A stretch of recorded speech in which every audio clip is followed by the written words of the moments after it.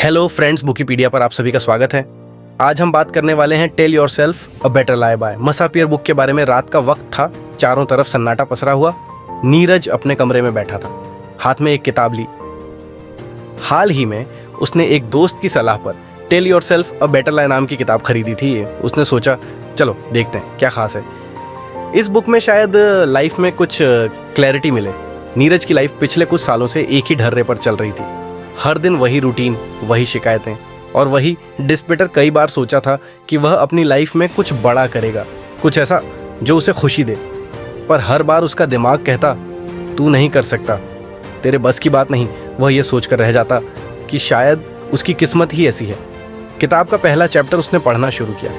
उसमें लिखा था 10 stories tell ourselves defines our lives and aren't always true narrative based on outdated और irrelevant information can negatively impact our lives for years। Neeraj कुछ देर के लिए रुक गया। उसने सोचा ये क्या बकवास है, मैंने कौन सी स्टोरी खुद को सुनाई है।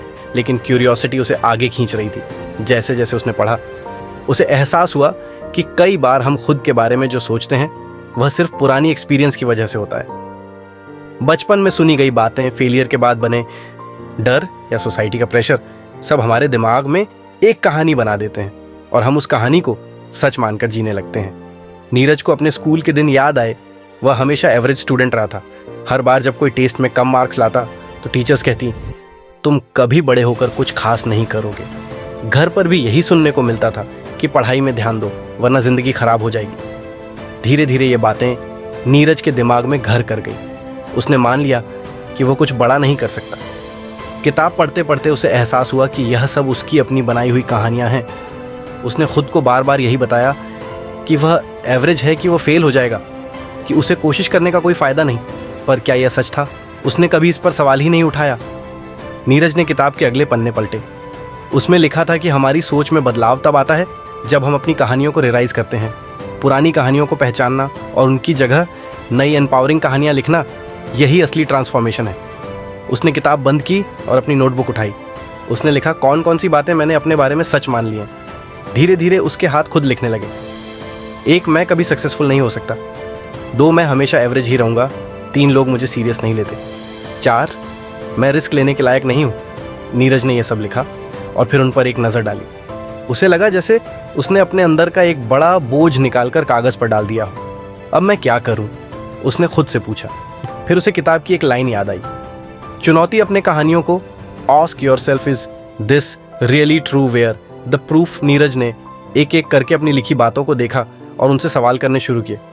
मैं सक्सेसफुल नहीं हो सकता, पर क्यों? मैंने कभी कोशिश ही नहीं की, तो ये कैसे तय हो गया कि मैं नहीं कर सकता?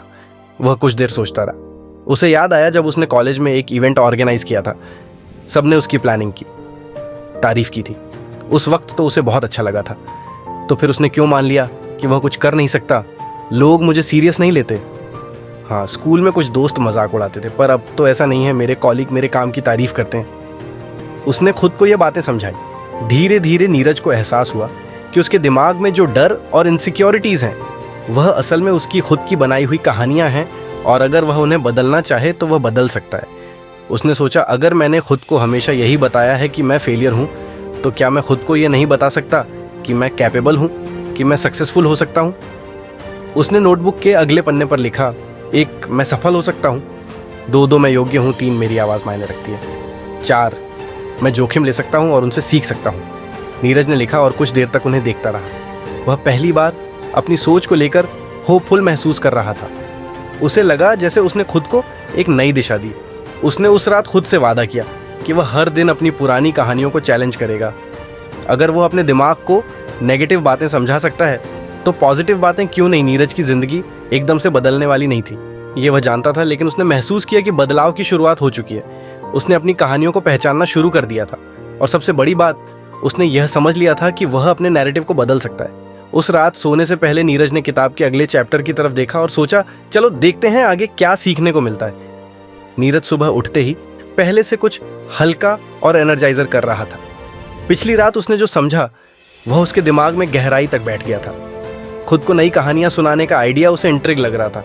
उसने सोचा अगर सिर्फ अपने सोचने के तरीके को बदलने से मैं इतना अच्छा महसूस कर सकता हूं तो इमेजिन करो और कितना कुछ बदल सकता है। किताब को अपने पास खींचते हुए उसने पन्ने पलटे और अगले चैप्टर पर आ गया। टाइटल था रैपिड ट्रांसफॉर्मेशन थेरेपी, आरडीटी के साथ तेज़ी से बदलाव हो सकता है। नीरज को आरडीटी के बारे में ज़्यादा पता नहीं था, लेकिन उसने सोचा चलो देखते हैं ये थेरेपी क्या कमाल करती है। अगर आपको हमारी फ्री समरी अच्छी लगती है तो आप हमारे चैनल को सब्सक्राइब कर सकते हैं, हमारी मेंबरशिप खरीद सकते हैं या हमें यूपीआई के थ्रू सपोर्ट कर सकते हैं। अब समरी पर वापस चलते हैं। किताब में लिखा था कि RDT uncovers the root cause of it.